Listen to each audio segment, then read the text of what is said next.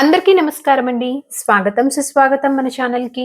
ఈ రోజు వీడియోలో 2026 సంవత్సరంలో రాఖీ పౌర్ణమి ఏ రోజున వచ్చింది?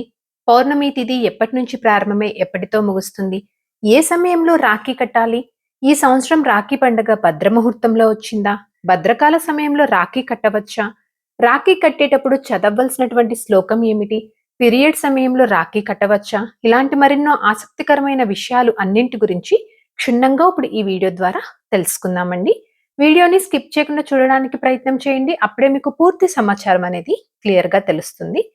రాఖీ పండగ లేదా శ్రావణ పూర్ణిమ ఈ 2026 సంవత్సరంలో ఆగస్టు నెలలో ఎప్పుడు వచ్చింది అంటే, ముందుగా పౌర్ణమి తిథి గడియలు ప్రారంభం మరియు ముగింపు సమయం చూసుకున్నట్లయితే స్వస్తి స్త్రీ చాంద్రమాన శ్రీ పరాభవ నామ సంవత్సరము దక్షిణాయనం శ్రావణ మాసం వర్ష ఋతువు శుక్లపక్షము పౌర్ణమి తేదీ ప్రారంభం చూసుకున్నట్లయితే ఆగస్టు 27, 2026 గురువారం రోజున ఉదయం 9:09 నుంచి ప్రారంభమయ్యి ఆగస్టు 28, 2026 శుక్రవారము ఉదయం 9:48 వరకు పౌర్ణమి తిథి ఉంటుంది. పంచాంగ ప్రకారము రాఖీ పౌర్ణమిని నిర్వహించుకోవాల్సినటువంటి తేదీ ఆగస్టు 28 శుక్రవారం రోజున. ఈ రోజున నక్షత్రము శతభిష నక్షత్రం అండి. రాత్రి 2:15 వరకు ఉంటుంది. రాఖీ కట్టవలసిన శుభ సమయం వచ్చేసి ఆగస్టు 28 శుక్రవారం రోజున తెల్లవారుజామున 5:47 నుంచి ఉదయం 9:48 వరకు మంచి సమయంగా ఉంది. దాదాపు 3:51 సమయం అనేది ఉందండి. కాబట్టి ఈ సమయంలో మీరు రాఖీ అనేది కట్టవచ్చు మీ సోదరునికి.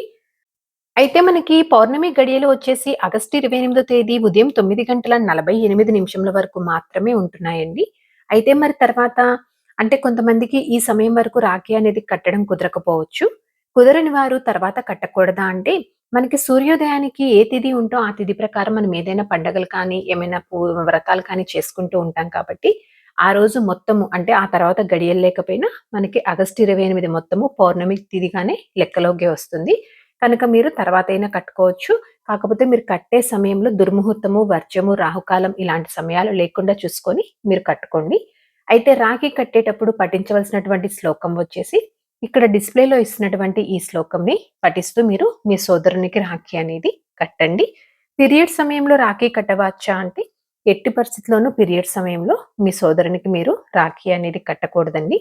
అయితే ఆగస్టు 27 తేదీ కూడా పౌర్ణమి తిథి ఉంది కదా! అయితే మాకు ఆగస్టు 28 తేదీ నాడు కుదరదు.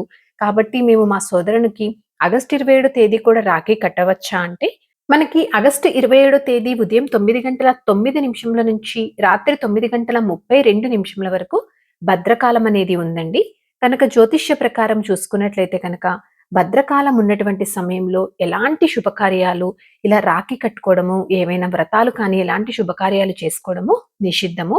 కనుక ఎట్టి పరిస్థితుల్లోనూ ఆగస్టు 27 తేదీ గురువారం రోజు నాడు మీరు మీ సోదరునికి రాఖీ అనేది కట్టకూడదు. కేవలం ఆగస్టు 28 తారీఖు నాడు మాత్రమే కట్టుకోండి. సో ఇదండి ఈరోజు వీడియో. మన ఫర్దర్ వీడియోస్‌లో అసలు రాఖీ అనేది ఎలా కట్టాలి సోదరునికి అన్న విషయం గురించి తెలియచేస్తాను. ఈ వీడియో మీకు తప్పకుండా ఎంతో కొంత ఉపయోగపడిద్దని అనుకుంటున్నానండి. ఇంకొక యూస్‌ఫుల్ వీడియో తోటి మిమ్మల్ని మళ్ళీ కలుస్తాను. ధన్యవాదములు. సర్వేజన సుఖినో భవంతు. జై శ్రీమన్నారాయణ.